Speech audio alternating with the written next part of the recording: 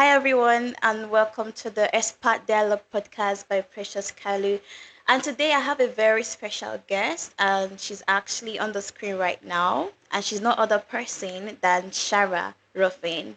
She's a trailblazing clinical social worker and entrepreneur with a strong educational foundation in social work.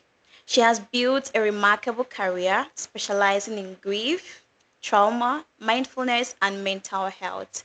And she's a five-time Amazon best-selling author, board-certified telemental health provider, founder and CEO of Journey to Licensure, a pioneering company supporting social workers, featured entrepreneur on LinkedIn's company page and prominent publications like Business Insider and USA Today. She's a LinkedIn advisor and top voice in social work and entrepreneurship. She's an award winning Thought Leader of the Year in Consumer Services 2024 Silver Stevie Award. Shara's dedication to social work, entrepreneurship, and thought leadership has made her stand out in her field. And today we are going to talk about her journey from psychotherapy to social work and the work she's doing right now because I know she's an amazing woman. Shara, thank you so much for joining. How are you doing today? I'm doing well. Thank you for having me, Precious. I'm excited to be here. Oh, thank you so much. So, can you share a little bit about your journey, how you went from being a psychotherapist to becoming a social worker at the moment? I sure can if I can kind of peel back the layers of that. It's been kind of a ride. I've been in social work for almost 20 years now. I'm a former Whoa. psychotherapist. Yep, 20 years. I don't look like it. I'm only 38, but yes, so I started out in the field pretty young. Um, I would say originally I was going to be a psychologist, but I learned very quickly that science was not my thing. I wanted to do more work with in terms of therapy. So I ended up going for my bachelor's degree in social work and then going for my master's in social work at Howard University about 15 years ago now. I graduated with my master's in social work and a clinical concentration in mental health settings. I ended up working in a variety of different settings, going from being a medical case manager, working in DC, to strictly going into psychotherapy, outpatient, inpatient settings, working from with patients as young as 18. The oldest patient I ever worked with was about 96 years old. So I had Wow. uh, quite a range, individual and group psychotherapy, as well as high risk patients that were doing inpatient care. So quite a ride. I ended up getting into the entrepreneurship a little bit later in my career.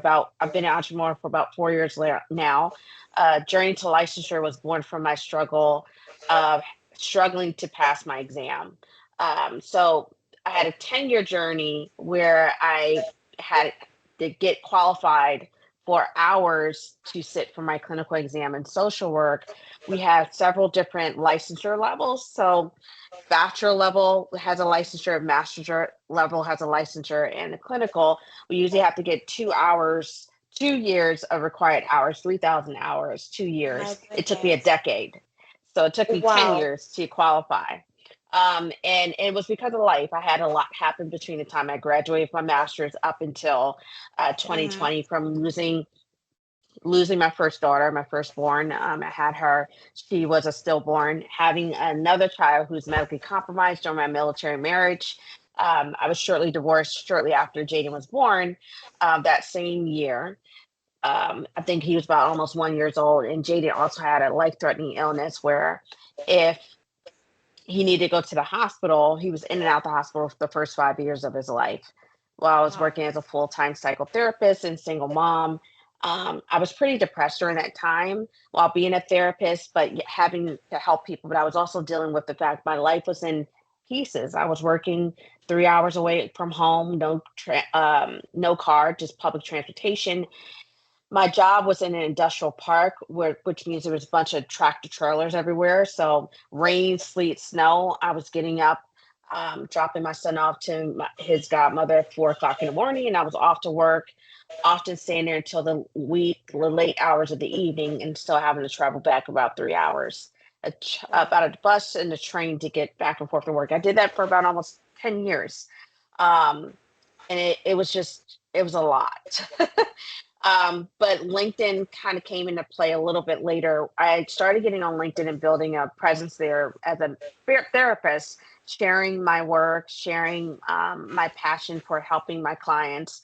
And then when I was going to leave my psychotherapy job, I had just got my hours to sit for my exam. This was around 2019. I took my exam and missed it by 2 points. I was pretty devastated because at that time I tell people on LinkedIn, it's like a small stadium, people like 30,000. I'm going to pass this exam and I fail it. Then the pandemic hits, I lose my job, have 3 kids at home now to take care of. And for about 8 or 9 months, I could barely get out of bed. I shared every day videos of that journey for a whole year. Wow. And then when I bid past my exam, it blew up on LinkedIn. So I'll pause there because I did say a lot. There are a lot of pieces in there that I could pull out, but it was quite a ride for me to go from being a psychotherapist to having a full um, thriving business. I'm not a businesswoman per se. I kind of learned how to be one as I went. So I'll No, pause you there, are Pressure. I'm good. sure there's a lot of questions. You're good already because you're always on. Whenever I see you on LinkedIn, I kind of like ask myself, how do you find the strength to really do videos every day? You post every time, you share your story, like a Yeah. lot's happening. I'm like, oh my goodness, she has a lot of strength. So you're doing amazing. Like being on LinkedIn, how do you really think people can use the platform to amplify their messages and their voice? Because you are doing a great job at that. Um, I would say just being yourself. For me, it was Mm-hmm. a lot of the times the videos that people see now were not like they were 4 years. I would just literally pop up on video and talk about my day. I would be wearing a wig. Sometimes I would be in an overgrown shirt, fixing dinner or lunch. My son would pop up in the screen, Jaden, who's now 10 in the fifth Yeah. grade. Most people on LinkedIn feel like they know him because they literally watched him from kindergarten, a little bit younger, than about 3 or 4 years old, up until now he's 10. But I let people into my life beyond just a pretty shiny profile.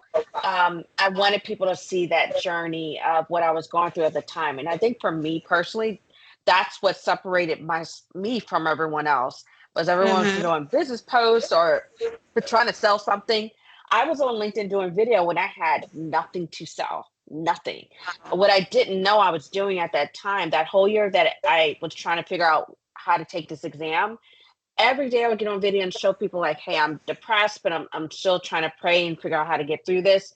There were so many Mm-hmm. people that reached out to me when I said, hey, I'm broken. I'm on medical assistance. I'm about to get evicted from my home. I'm really struggling. Yeah. But here I am getting up and talking to you guys about some of the lessons I'm learning daily. I did that for a whole year, not knowing that what I was actually doing was building a brand at the Yeah. same time. I didn't know anything about building a brand. I was just trying to connect with people at that time.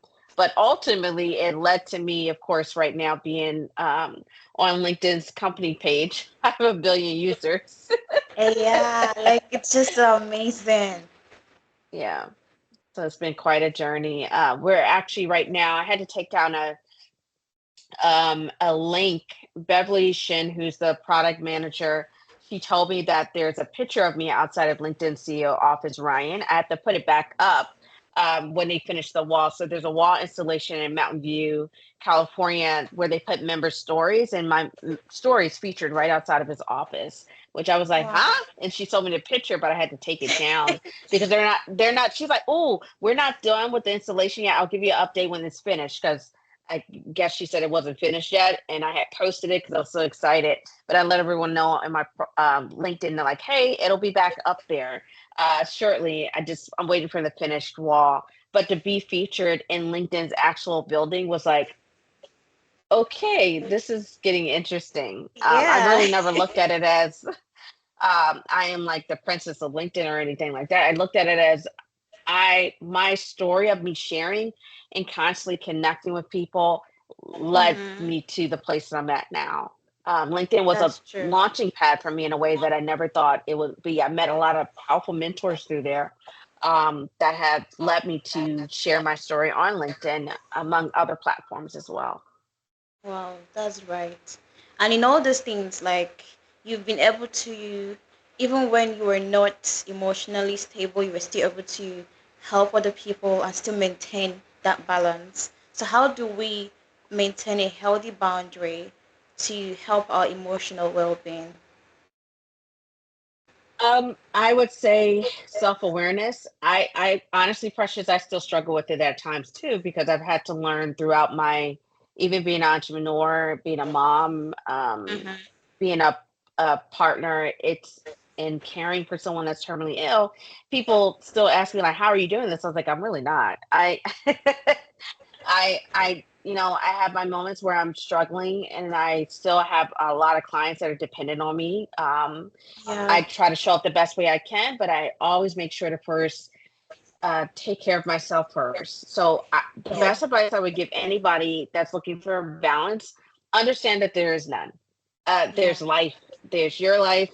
Um, there's no separation between the two, because if your work life is not good, your personal life may be good. Like, there's always something. Like right now for me, and I'm putting myself on the chopping block, I have a terminally ill father that I'm caring for that's dying. I have my business. I have me being a mom. My son's in homeschool. I'm also hmm, sitting here doing a podcast with you, and I have a crap load of stuff I haven't done for my own podcast as well as my business. It's always a running list. But what's, I think, helping me the best is taking a moment to pray, taking a moment to be centered. I'll meditate and pray before I do anything in my day, and hmm, accept what is. Know when you need help, and be apologetic to yourself.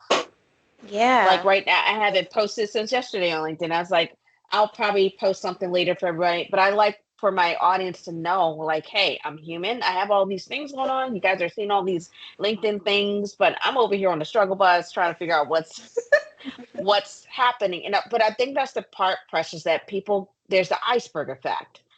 There's what people see, and then there's what they don't see. It's what they don't yeah. know. Everyone thinks that everything is so perfect, like everywhere, and until you open up and tell them, "Hey, I have this issue," they wouldn't even want, like, they might not almost believe you because they think everything is perfect for everyone.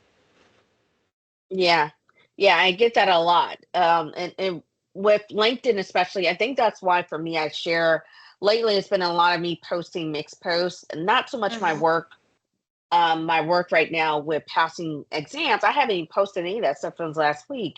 I've been more so sharing my journey of managing, working, helping my clients, and trying to be a caretaker to my stepdad as he's going through terminal cancer. And I've been sharing that on LinkedIn. You know what the funny thing is, Precious? I'm still getting consults. I'm still getting people reach. I'm still getting people reaching out on LinkedIn for help, and I haven't even posted anything related to my business since last week. And I think that's the power of branding yourself, of making Yes. yourself distinct and relatable. I've been doing Yes. that for about 6 years now. So I want people to understand that LinkedIn is not this thing that you have to be scared of. It's like any other social media platform.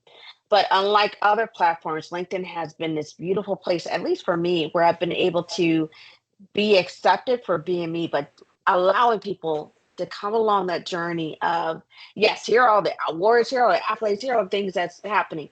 But here's also the other side of this ugly thing where I'm Yeah. dealing with life, and there are times when I'm struggling, but I'm letting you guys know I'm still here. Of course. Of course. Wow. Like you mentioned something about meditation, and I saw something about mindfulness meditation. How do you, like, does it really, can it help us to, protect our mental health and improve productivity as well? So there are variety, depending on the person, there's a variety of ways you could do that. I mean, for me, personally, people on LinkedIn know this, that I have ADHD combined type, and Mm-hmm. I have generalized anxiety disorder, Yeah. and I also have a learning disorder. Most people will look at my profile like, oh, you're dealing with those things. Yeah, so I'm taking medication daily. I will meditate. Sometimes I'll go for a walk for a Mm-hmm. while. just to get some air, um, and just try to get out or make sure I'm eating healthy, making keeping my blood pressure in check. Meditation for me can be just a couple of breaths. That's all. That can be just listening to Headspace, where they have a lot of mental breaks that I'll take as I'm working. Um, Yeah. there are so many different things that you can do. It's what's comfortable to you. Some people can't meditate or sit still. Yeah. I can. I could sit still for at least a couple minutes. Sometimes it's uncomfortable if I have a lot going on in my head.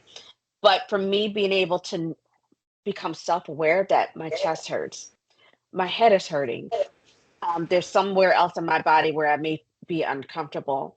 Having that awareness has been key to knowing what my body and my mind needs in order to move forward. Yeah.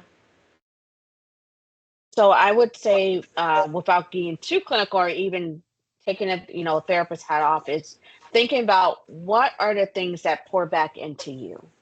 Mm-hmm. What are the is it getting more sleep? Is it drinking more water?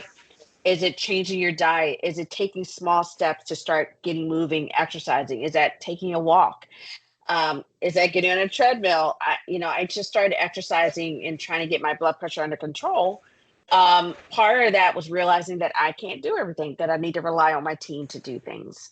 Um, so figuring out for you, what is it that you need to do to make yourself operate? That's how I look at it, because mental health is a personal journey. So what works for me may not work for you. Yeah, So that's true. it's very individualized, what people need based on their own mental health, their culture, their experiences, knowing themselves, and acknowledging when they're at a point that they need to try something different. Yeah, it all boils down to self-awareness as well. Hmm. Right. So social work in general, like, does it come with a lot of stress and anxiety and people preparing for the exams and in general? Yes, it does. um, Oh my god. Yes, it does. Well, social work can be stressful in general, um, in terms of, well, it depends. It depends on what your area expertise is within social work. For me, when I was working in mental health, because of the patients I was dealing with, being in a fast-paced hospital setting, there are times where it was stressful, but it was also a beautiful experience of learning, how to connect with different people and, Yeah. help them with problems that they don't even tell their partner or the people they lay next to at night. So for me, being a social worker has broadened my perspective on human behavior, and it's probably helped me in more than one way when it came to business. Oh. Um, but in terms of the licensing exam itself, yes, it can be very stressful. I've had many of my colleagues who have taken the exam several times, but I have also made it on to the other side of that journey, because there's a lot of pressure to get licensed. Some people lose their jobs if they don't get licensed within a certain time Mm-hmm. period, especially if they have families. And a license really isn't a door opener in terms of the progression of your career, where you can go with it. So there Yeah. is a lot of pressure that does come with the licensing and social work in the United States. Hopefully, it'll change in the next couple of years. They're making small changes, but in the meantime, I try to help my colleagues the best way I can. That's amazing. Like, that's amazing. So, and now one of the things I saw even when I was reading your bio was you've been featured in several publications. Maybe you've shared a few and not shared a few. So, like, what do you attribute a success to, and how do you stay motivated? Oh boy, how do I stay motivated? There have been times where I've wanted to throw in the towel, even in the midst of success of what people perceived as success for me. There have been times where I Mm-hmm. was like, okay, I'm thinking about walking away from this. I'm not sure if my heart is in this anymore. There have been in that at the height of people passing exams, but a lot of that for me was being exhausted, and a lot of it was needing to figure out what I need to do to get my energy back, to where it needed to be. So to stay motivated, I look at my clients. Every time someone passes their exam, um, there's actually a podcaster journey licensure that I have. It's over 211 episodes right now. I'm a little behind because I have a lot of them to edit. Whoa. It's been around for about a year and a half, and it's interesting because there's so many stories of social workers that have passed their exams on there that they tell their stories. I interview them. I would go back and listen to some of them to remember why. When I hear some of my colleagues who had lost loved ones, one lady, she had her name was Tamisha Tate. She had joined my group program, and I didn't know she was that she was blind. She couldn't see. I'm thinking Oh, the whole time she's actually on my podcast. She told me later that yeah, I can't legally. I'm blind. I was just in your group, but following everything. I said what? She said. I remember because I was like, okay, this is it. I'm already going to quit. And she comes into my study group that I still hold on Clubhouse, and she's like, yeah, I'm blind. I can't see, and I passed my exam on the first time. I said, get out of here. I guess God's oh telling me my to stay where I'm God. planted.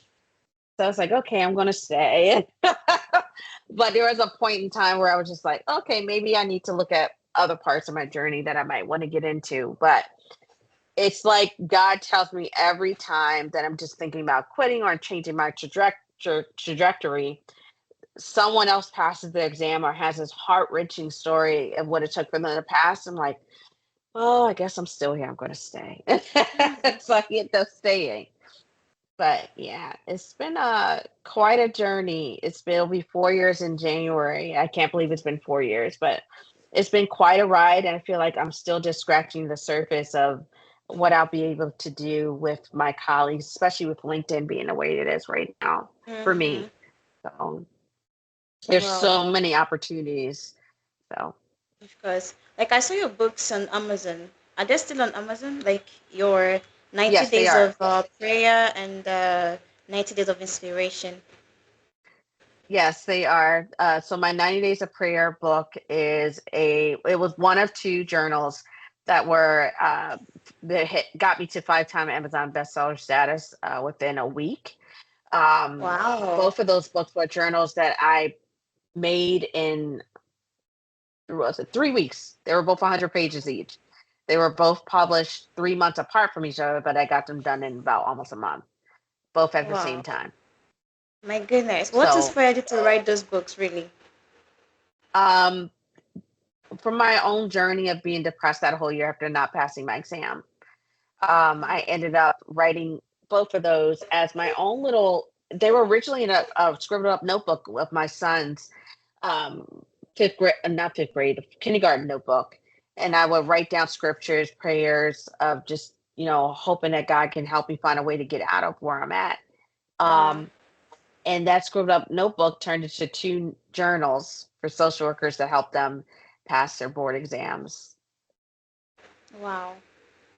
Like So sitting yeah. down here listening to you, it's just a lot of information and value. Thank you so much. And I kind of like have, well, because of your time, let me ask you this last question.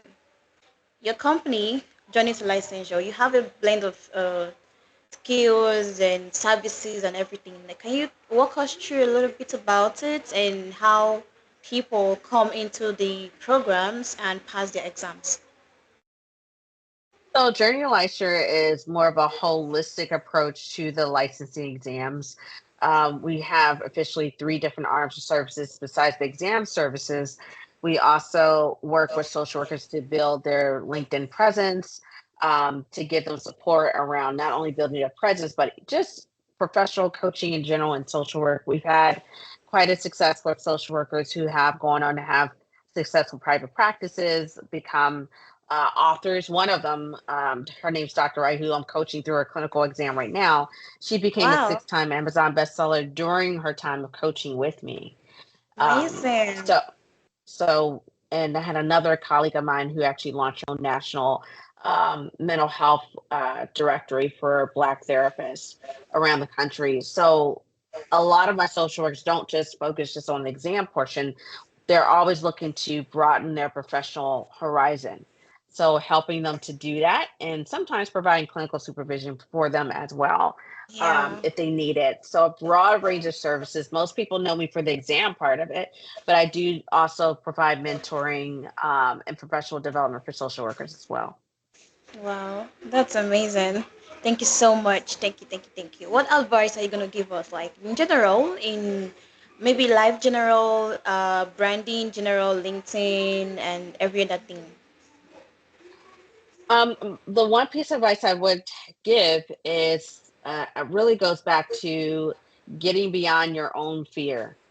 Mm-hmm. Um, I have several different business coaches, not just one, different coaches for different things because I believe that everyone has a certain skill. Not everybody's good at everything. So finding people Yes. that help you build a support system around you when you feel like you're an imposter or when you're dealing with your own self-inflicted, self-sabotaging, dysfunctional thoughts that can keep you stuck and not help Yeah. you take some type of action. And believe it or not, Precious, I get caught up in that every single day. No one believes me. Every day, there's always the thought: Am I good enough? Have I, despite all the success I've had, um, am I serving people well? Have I served people well? What can I do to make this better? Um, those a lot of it sometimes, or maybe no one's going to listen to me. All these dysfunctional negative thoughts that are so distorted and disconnected from reality. I tell people you can be your worst enemy or you can be your best friend. You get to choose That's that. true. But Yeah. the very things that you entertain will be the outcome of your reality that you build. So make Mm-hmm. the best advice I would say before you do anything is if you don't believe you can do this thing, you won't. That you have to surround yourself with people that are going to lift you up, not just when things are going great, but lift you up when you've broken down, you like, okay, I'm out of gas. Um, I think that's the best advice I would give anyone in their own journey is making sure one, you have a good support system. They're going to be around for all the shenanigans, good and bad, but also believing in yourself and you seeing the vision and knowing that not everybody is privy to that vision. Not Yeah. everybody's going to believe in that vision, and that is totally okay, as long as it was given to you, no one else. That's true. That's true.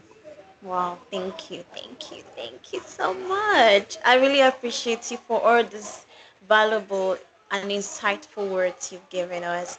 And to my viewers, I hope you've had a wonderful session with us. Don't forget to like this video and subscribe to this channel. I'm going to link all the links, the Amazon book links, the website, everything. I'm going to even have podcasts so you can listen and get some success stories and what other people how they are getting their success. So I'm going to link everything in the description for you to connect with her and follow her. And if you have further questions, trust me, she's going to respond. I know she's very busy, but she will respond definitely. So thank you so much, Queen, and I really appreciate you coming. You're welcome. Thank you for having me. So until next time, I hope to see you in my other episode and have a wonderful day. Bye.